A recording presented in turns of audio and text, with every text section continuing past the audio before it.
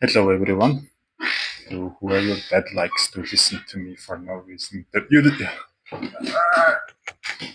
It's been a while. I got some free time now, so I want to start rigorously reading Moby Dick because it's gonna become another long book session. So I want to finish it fast and get to my next book. So let's get on it, right? We have 600-page book. We just reached page 100, so that means 16%. Let's do some big dents from now on and finish this great American novel, right? Okay, starting from chapter 21. Chapter 21, Going Abroad. It was nearly 6 o'clock, but only grey imperfect misty dawn when we drew nigh the wharf. There are some sailors running ahead there. If I see right, said to Cricket, it can't be shadows. She's off by sunrise, I guess. Come on. Avast! Cried a voice, whose owner at the same time, coming close behind us, laid a hand upon both our shoulders, and then, insinuating himself between us, stood stooping forward a little in the uncertain twilight, strangely peering from Quick to me. It was Elijah. Going abroad? Hands off, will you? Said I. Looky here, said Quick, shaking myself. Go away. Ain't going abroad, then? Yes, we are, said I.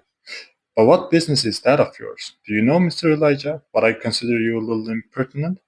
No, no, no, I wasn't aware of that, said Elijah, slowly and wonderingly looking from me to Creek with some unaccountable glances.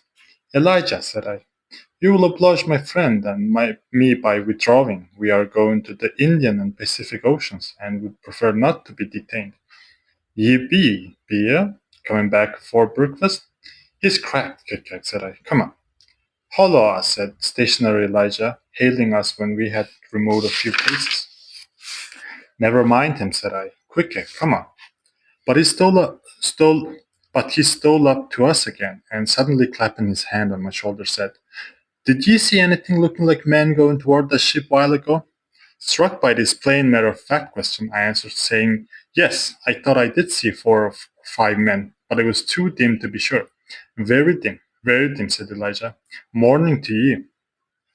Once more we quitted him, but once more he came softly after us, and touching my shoulder again, said, See if you can find him now, will ye? Find who? Morning to you, he rejoined again, moving off. Oh, I was going to warn you against it, but never mind. Never mind, it's all gone. All in the family, too. Sharp frost this morning, ain't it? Goodbye to you. Shan't see you again very soon, I guess, unless it's before the grand jury. And with these cracked words, he finally departed, leaving me, for the moment, in no small wonderment at his frantic impudence. At last, stepping on board the Pequod, we found everything in profound quiet. Not a soul moving. The cabin entrance was locked within. The hatches were all on, they lumbered with the coils of rigging. Going forward to the forecastle, we found the slide of the scuttle open. Seeing a light, we went down and found only an old rigger there, wrapped in tattered pea jacket. He was thrown to whole length upon 2 chests, his face downwards and enclosed in his folded arms. The profoundest slumber slept upon him. Those sailors we saw, Cricket, where can they have gone to? Said I, looking dubiously at the sleeper. But it seemed that, when on the wharf, Cricket had not at all noticed what I now alluded to. Hence, I would have thought myself to have been optically deceived in that matter, were it not for Elijah's otherwise inexplicable question. But I beat the thing down, and again, marking the sleeper, jocularly hinted to Cricket that perhaps we had best. Oh shit. Perhaps we had best sit up with the body, telling him to establish himself accordingly. He put his hand upon the sleeper's rear, as though feeling if it was soft enough, and then, without more ado, sat quietly down there. Gracious, Quick, don't sit there, said I. Oh, Perry dude steed, said Quick, my country way won't hurt him face. Face, said I. Call that his face? A very benevolent countenance, then. But how hard he breathes, he's heaving himself. Get off, Quick, you are heavy. It's grind in the face of the boy. Get off, Quick, look, he'll twitch you off soon. I wonder he don't wake. Quick removed himself just beyond the head of the sleeper and lighted his tomahawk pipe. I sat at the feet. We kept the pipe passing over the slipper from one to the other. Meanwhile, upon questioning him in his broken fashion, Quickett gave me to understand that in his hand, owing to the absence of the settees and sofas of all sorts, the king, chiefs, and the great people generally were in the custom of fattening some of the lower orders for Ottomans, and to furnish a house comfortably in that respect. You had only to buy 8 or 10 lazy fellows, and lay them round in the piers and alcoves. Besides, it was very convenient on an excursion, much better than those garden chairs which are convertible into walking sticks. Upon occasion, a chief calling his attendant and desiring him to make a settee of himself under a spreading tree, perhaps in some damn marshy place. While narrating these things, every time Crooked received the tomahawk from me, he flourished the hatchet side of it over the sleeper's head. Was that for Crooked? Very easy, Keely, or very easy? Very easy, Keely. Oh, very easy. He was going on with some wild reminiscences about his pipe, which it seemed had in its two use both brained his foes and suited his souls. When we were directly attracted to the contracted hole, when we were directly attracted to the sleeping rigger, the strong vapor now completely filling the contracted hole, it began to tell upon him. He breathed with a sort of muffledness, then seemed troubled in the nose, then revolved over once or twice, then sat up and rubbed his eyes. Holla, he breathed at last. Who be ye smokers? Ship men, answered I. When does she sail? Aye, aye, ye are going in her, be ye? She sails today. The captain came aboard last night. What captain? Ahab? Who but him indeed? I was going to ask him more further questions concerning Ahab, when he heard a noise on deck. Holla, Starbuck's Aster, said the rigger. He's a lively chief mate, that good man, and a pious, but all alive now, I must turn to. And so saying, he went on deck, and we followed. It was now clear sunrise. Soon the crew came on board in twos and threes. The riggers bestirred themselves, the mates were actively engaged, and several of the shore people were busy in bridging various last things on board. Meanwhile, Captain Ahab remained invisibly enshrined with his cabin. Chapter 22 Merry Christmas. At length, towards noon, upon the final dismissal of the ship's riggers, and after the Pequod had been hauled out from the wharf, and after the ever thoughtful Charity had come off in a whaleboat with her last gift a nightcap for Stud, the second mate, her brother in law, and a spare Bible for the steward, after all this, the two captains, Peleg and Bildad, issued from the cabin, and turning to the chief mate, Peleg said, now, Mr. Starbuck, are you sure everything is right? Captain Ahab is all ready. Just spoke to him. Nothing more to be got from shore, eh? Well, call all hands then. Muster 'em aft here. Blast 'em. No need of profane words. However great the hurry, Peleg, said Bildad, but away with thee, friend Starbuck, and do our bidding. How now? Here, upon the very point of starting for the voyage, Captain Peleg and Captain Bildad were going it with the high hand on the quarter deck, just as if they were on to be joint commanders at sea, as well as to all appearances in port. And as for Captain Ahab, no sign of him was yet to be seen. Only they said he was in the cabin. But then the idea was that his presence was by no means necessary in getting the ship under way and steering her well out to sea. Indeed, as that was not all his proper business, but the pilot's, and as he was not yet completely recovered, so they said, therefore, Captain Ahab stayed below. Oh shit. And all this seemed natural enough, especially as in the merchant service many captains never showed themselves on deck for a considerable time after heaving up the anchor, but remain over the cabin table, having a farewell merrymaking with their shore friends, before they quit the ship for good with the pilot. But these was not much chance to think over the matter, for Captain Peleg was not all alive. He seemed to do most of the talking and commanding, and not the building. Aft here, ye son of bachelors, he cried, as the sailors lingered at the mainmast. Mr. Starbuck, drive him aft. Strike the tent there, was the next order. As I hinted before, the whalebone marquee was never pitched except in port, and on board the Pequod for 30 years the order to strike the tent was well known to be the next thing to heaving up the anchor. Man the capstan, blood the thunder, jump was the next command, and the crew sprang for the handspikes. Now, in getting under way, the station generally occupied by the pilot is the forward part of the ship, and here Bildad, who with Peleg, be it known, in addition to his other offices, was one of the licensed pilots of the port, he being suspected to have got himself made a pilot in order to save the Nantucket pilot fee to all the ships he was concerned in, for he never piloted any other I, craft. Bildad, I say, might now be seen actively engaged in looking over the bows for the approaching anchor, and at intervals singing what seemed a dismal stave of psalmody to cheer the hands at the windland, who roared forth some sort of chorus about the girls in Booble Alley, with hearty goodwill.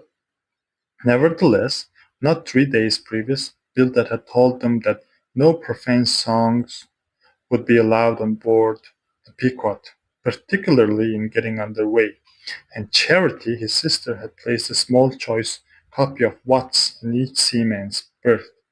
Meantime, overseeing the other part of the ship, Captain Peleg ripped and swore astern in the most frightful manner. I almost thought he would sink the ship before the anchor could be got up. Involuntarily I paused on my handspike and told Cookek to do the same, thinking of the perils we both ran in starting on a voyage with such a devil for a pilot. I was comforting myself, however, with the thoughts that in the pious Bildad might be found some salvation, spite of his 777th lay, when I felt the sudden sharp poke in my rear, and turning around, was horrified at the apparition of Captain Peleg in the act of withdrawing his legs from my immediate vicinity. That was my first kick. Sorry. This is too cold. Okay. Is that the way they heave in the merchant service? He roared. Spring, thou sheephead, spring, and break thy backbone. Why don't you spring, I say, all of you, spring. Quahog, spring, thou chap with the red whiskers, spring there. Scotch cap, spring, thou green pants, spring. I say, all of you, and bring your eyes out. And so saying, he moved along the windlass, here and there using his leg very freely while im- imper- imperturbable, imperturbable, imper- imperturbable, imperturbable, imperturbable. What's that? Bildad kept leading off with his psalmody. Thinks I, Captain Peleg, must have been drinking something today. At last the anchor was up, the sails were set, and off we glided. It was a short, cold Christmas, and as the short northern day merged into night, we found ourselves almost brought upon the wintry ocean, whose freezing spray cased us in ice, as in polished armor. The long rows of teeth on the bulwarks glistened in the moonlight, and like the white ivory tusks of some huge elephant, was curving icicles dependent from the bows.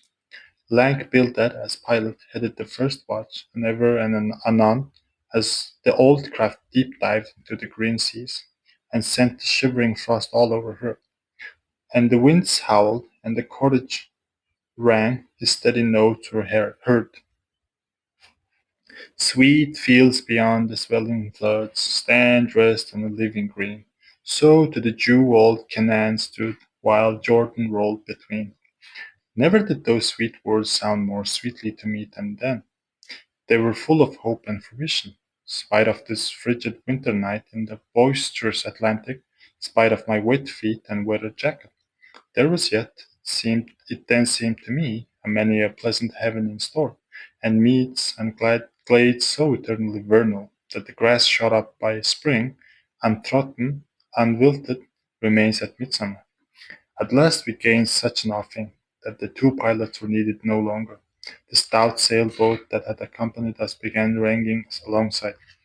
It was curious and not unpleasing how Peleg and Bildad were affected at this juncture, especially Captain Bildad, for loath to depart yet, very loath to leave for good. A ship bound on so long and a perilous voyage, beyond both stormy capes, a ship in which some thousands of his hard-earned dollars were invested, a ship in which an old shipmate sailed as captain, a man almost as old as he, once more starting to encounter all the terrors of the pitiless job, loath to say good-bye to a thing so every way brimful of every interest to him. Poor old Bill that lingered long, paced the deck with anxious strides, ran down into the cabin to speak another farewell word there. Again come on deck. Again came on deck and looked to windward, looked towards the wide and endless waters, only bounded by the far-off unseen eastern continents. Looked towards the land, looked aloft, looked right and left, looked everywhere and nowhere, and at last, mechanically coiling a rope upon its pin, convulsively grasped stout Peleg by the hand, and holding up a lantern, for a moment stood gazing heroically in his face, as much as to say, "Nevertheless, friend Peleg, I can stand it. Yes, I can." As for Peleg himself, he took it more like a philosopher, but for all his philosophy, there was a queer twinkling in his eye, when the lantern came too near, and he too did not a little run from cabin to deck, now a word below, and now a word to Starbuck, the shipmate. But at last he turned to his comrade, with a final sort of look about him. "Captain Bildad, come, old shipmate, we must go. Back the mainyard there. Boat ahoy. Stand by to come close alongside now. Careful, careful, come, Bildad, boy. Say your last. Luck to you, Starbuck. Luck to you, Mr. Stubb. Luck to you, Mr. Flask. Goodbye, and good luck to you all. And this day 3 years I'll have hot supper smoking for you in old Nantucket. Hurrah and away. God bless you, and have you in his holy keeping, man," murmured old Bildad, almost incoherently. I hope you'll have the fine weather now, so that Captain Ahab may soon be moving among you. A pleasant sun is all he needs, and ye'll have plenty of them in the tropic voyage you go. Be careful in the hunt, ye mates. Don't stave the boats needlessly. Ye harpooners, good white cedar plank is raised full 3%. Within the year, don't forget your prayers either, Mr. Starbuck. Mind that Cooper don't waste the spare staves. Oh, the stale needles are in the green locker. Don't wail it too much, a lord stays, men. But don't miss a fair chance either. That's rejecting heaven's good gifts. Have an eye to the molasses tears, Mr. Stubb. It was a little leaky. I thought if ye touched at the islands, Mr. Flask, beware of fornication. Goodbye, goodbye. Don't keep that cheese too long down the hold, Mr. Starbuck. It'll spoil. Be careful with the butter. 20 cents the pound it was, and mind you if. Come, Captain Bildad. Stop palavering away. And with that, Pillow carried him over the side, and both dropped into the boat. Ship and boat diverged. The cold, damp night breeze blew between. A screaming gull flew overhead. The two hulls wildly rolled. We gave 3 heavy-hearted cheers and blindly plunged like a fate into a lone Atlantic. Bam. Okay. Chapter 21. No, Chapter 23. The Lee Shore. Some chapters back, one Bolkingston was spoken of, a tall, new-landed mariner, encountered in a New Bedford at the inn. When on that shivering winter's night the Pequod thrust her vindictive bows into the cold, malicious waves, who should I see standing at her helms but Bolkington? I looked with sympathetic awe and fearfulness upon the man, who in the midwinter, just landed from 4 years' dangerous voyage, could so unrestingly push off again for still another tempestuous turn. The land seemed scorching to his feet. Wonderfulest thing are ever the unmentionable. Deep memories yield no epitaphs. This 6-inch chapter is the stoneless grave of Bolkington. Let me only say that it fared with him as with the storm-tossed ship that miserably drives along the leeward land. The port would fain gives the port would fain give succor. The port is pitiful. The port is safety, comfort, hearthstone, supper, warm, blankets, friends, all that's kind to our mortalities. But in that gale, the port, the land is that ship's direst jeopardy. She must fly all hospitality. One touch of land, though it but graze the keel, would make her shudder through and through. With all her might she crowds all sail offshore. In so doing, fights against the very winds that fain would blow her homeward. Seeks all the lashed seas landlessness can, for refuge's sake forlornly rushing into peril, her only friend here, her bitterest foe. Know ye not, Bulkington? Glimpses do ye seem to see of that mortally intolerable truth, that all deep earnest thinking is but the intrepid effort of the soul to keep the open independence of her sea. While the wildest winds of heaven and earth conspire to cast her, while the wildest winds of heaven and earth conspire to cast her on the treacherous slave shore. But as in landlessness alone resides the highest truth, shoreless, indefinite as God, so better is it to perish in that howling infinite than be ingloriously dashed upon the lee, even if that were safety. For warm like then, oh, who would craven crawl to land? Terrors of the terrible, is all this agonies away? Take heart, O Pilkington, bear thee grimly demigod, up from the stray of thy oceans perishing straight up. Leap thy apotheosis. Oh my god. I haven't done this so long that I'm so tired. It's only 22 minutes, crazy. Okay, let's try maybe like two more chapters and see how we're doing. Okay? Chapter 24, The Advocate. As Quick and I are now fairly embarked in this business of whaling, and as this business of whaling has somehow come to be regarded among landsmen as a rather unpoetical and indisreputable pursuit, therefore I am all anxiety to convince you landsmen, of the injustice hereby done to us hunters of whales. In the first place, it may be deemed almost superfluous to establish the fact that among people at large, the business of whaling is not accounted on a level with what are called the liberal professions. If a stranger were introduced into any miscellaneous metropolitan society, he would be slightly advanced the general opinion of his merits were he presented to the company as a harpooner, say.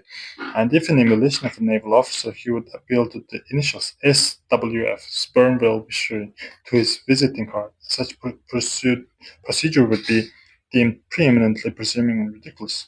Doubtless, one leading reason why the world declines honoring us whalemen is this: they think that, at best, our vocation amounts to butchering sort of business, and that when actively engaged therein, we are surrounded by all manners of defilements. Butchers we are, that is true, but butchers also, and the butchers of the bloodiest batch have been all martial commanders whom the world invariably delights to honor. And as for the matter of the alleged uncleanliness of our business, ye shall soon be initiated into certain facts hitherto pretty generally unknown, and which, upon the whole, will triumphantly plant the sperm whale ship at least among the cleanliest thing of this tidy earth. But even granting the charge in question to be true, what disordered slippery deck of a whale ship are comparable to the unspeakable carrion of this battlefield from which so many soldiers returned to drink and all ladies plaudits? And if the idea of peril so much enhances the popular conceit of the soldier's profession, let me assure you that many a veteran who has freely marched up to a battery would quickly recall at the apparition of the sperm whale's vast tail, fanning into eddies the air over his head. For what are the comprehensible terrors of a man compared with the interlinked terrors and the wonders of God? But though the world scouts at us whale hunters, yet does it unwittingly pay us the profoundest homage, yea, and all abounding adoration. For almost all the tapers, lamps, candles that burn round the globe burn, as before so many shrines, to our glory. But look at this matter in other lights. weighed in all sorts of scales. See what we whalesmen are and have been. Why did the Dutch in De Witt's time have admirals of their whaling fleets? Why did Louis XVI of France, at his own personal expense, fit out sailing ship from Dunkirk, and politely invite to that town some score or two of families from our own island of Nantucket? Why did Britain between the years 1750 and 1788 pay to her whalemen and bounties upward million pounds? And lastly, how come it that we whalemen of America now outnumber all the rest of the band whalemen in the world? Sail a navy of upward of 700 vessels manned by 18,000 men, yearly consuming millions of dollars. The ship worth at the time of sailing $20 million, and every year importing into our harbors a well-reaped harvest of $7 million. How come all this if there be not something puissant in whaling? But this is not the half. Look again. I freely assert that the cosmopolite philosopher cannot, for his life, point out one single peaceful influence which, within the last 60 years, has operated more potently upon the whole broad world, taken in one aggregate, than the high and mighty business of whaling. One way and another, it has begotten events so remarkable in themselves and so continuously momentous in their sequential issues that whaling may well be regarded as the Egyptian mother who bore offspring themselves pregnant from her womb. It would be a hopeless, endless task to catalogue all these things. Let a handful suffice. For many years past, the whale ship has been the pioneers in ferreting out the remotest and least known parts of the earth. She has explored seas and archipelagos which had no charts, where no Cook or Vancouver had ever sailed. If American and European men of war now peacefully ride in once savage harbors, let them fire salutes to the honor and the glory of the whale ship, which originally showed them a way first in- interpreted between them and the savages. They may celebrate as they will the heroes of exploring expeditions, your cooks, your cruisensterns. But I say that scores of anonymous captains have sailed out of Nantucket that were as great and greater than your cook and your cruisenstern. For in their succorless empty-handedness, they in the heathenish shark waters, and by the beaches of unrecorded javelin islands, battled with virgin wonders and terrors that Cook with all his marines and muskets would not have willingly dared.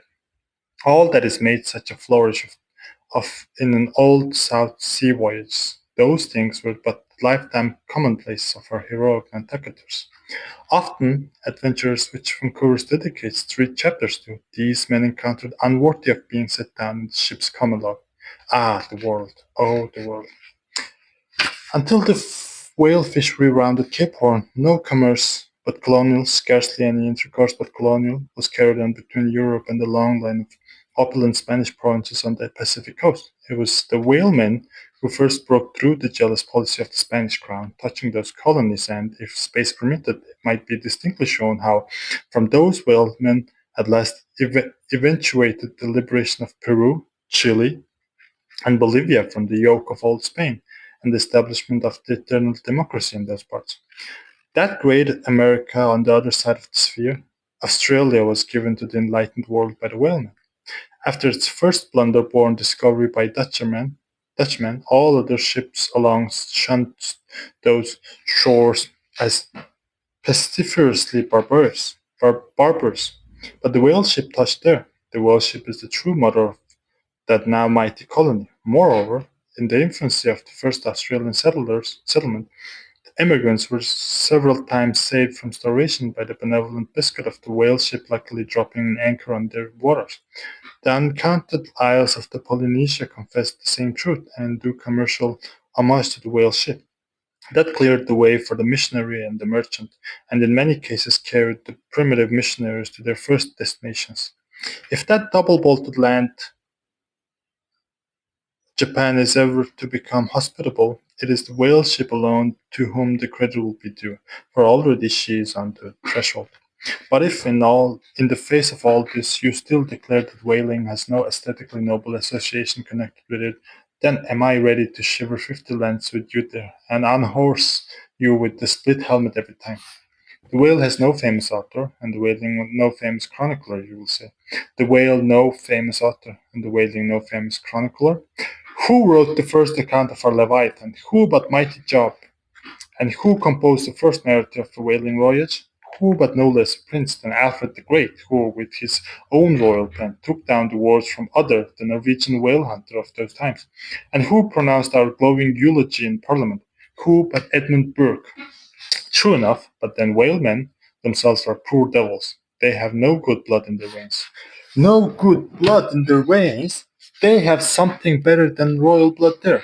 The grandmother of Benjamin Franklin was Mary Morrill, afterwards, by marriage, Mary Folger, one of the old settlers of Nantucket, and the ancestress to a long line of Folgers and harpooners, all kith and kin to the noble Benjamin, this day darting the barbed iron from one side of the world to the other. Good again, but then all confessed that somehow whaling is not respectable.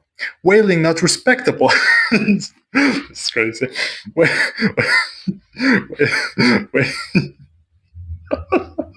Whaling is imperial. By old English statutory law, the whale is declared a royal fish.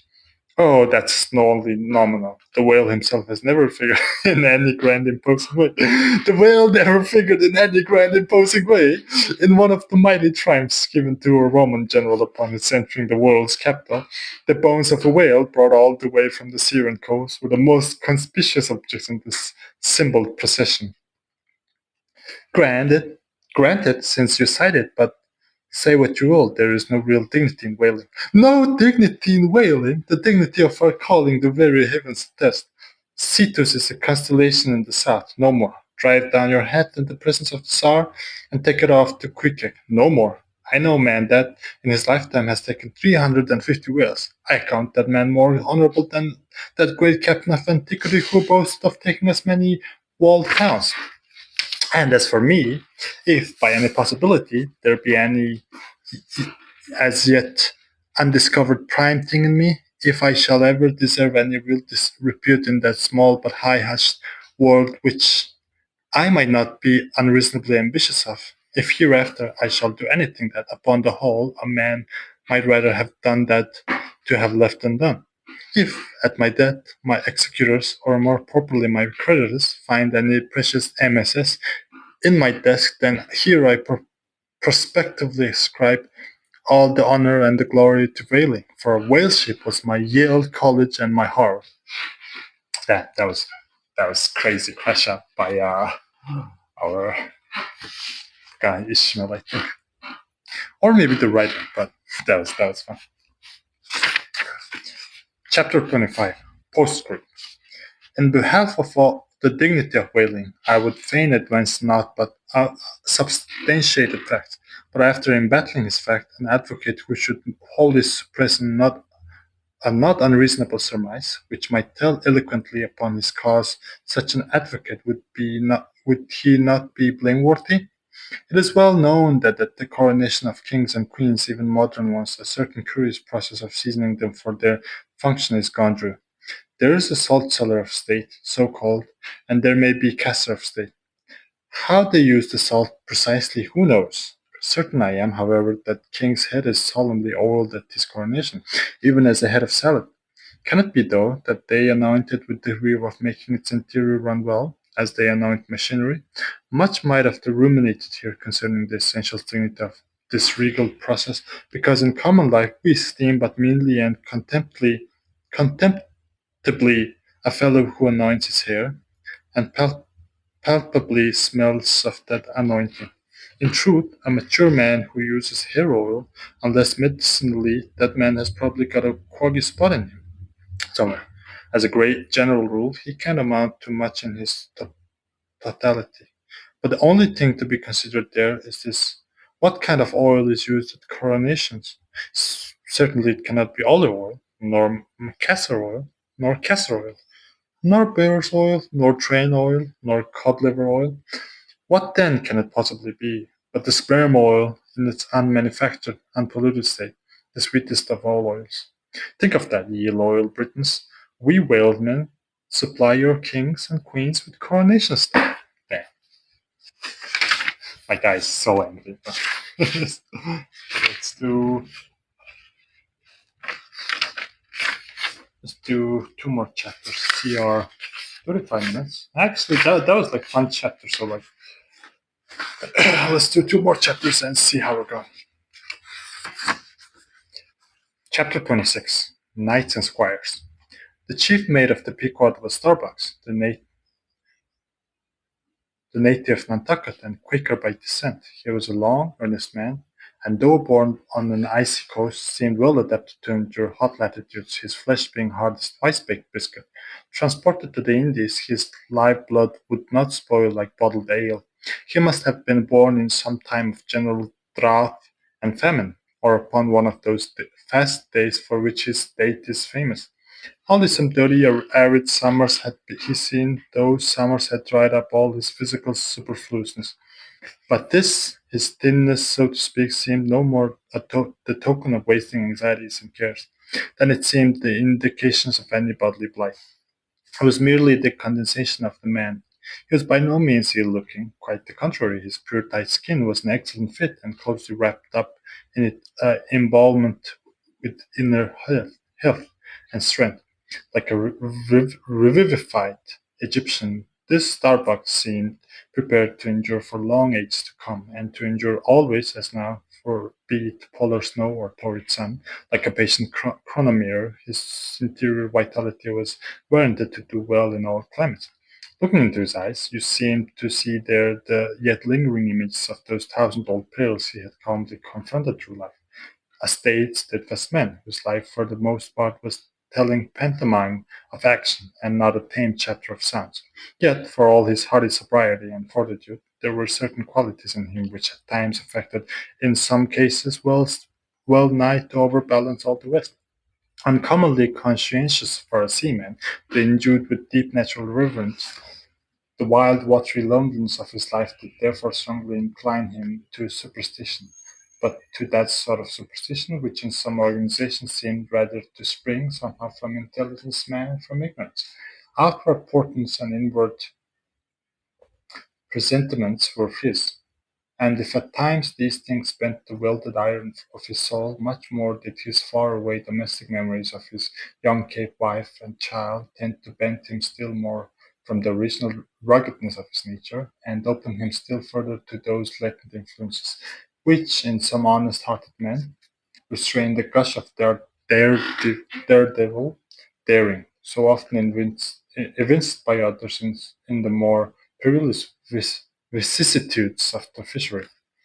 "I will have no man in my boat," said Starbuck, "who is not afraid of whale." By this he seemed to mean not only that the most reliable and useful courage was that which arises from the fair estimation of the encountered peril, but that an utterly fearless man is a far more dangerous comrade than a coward.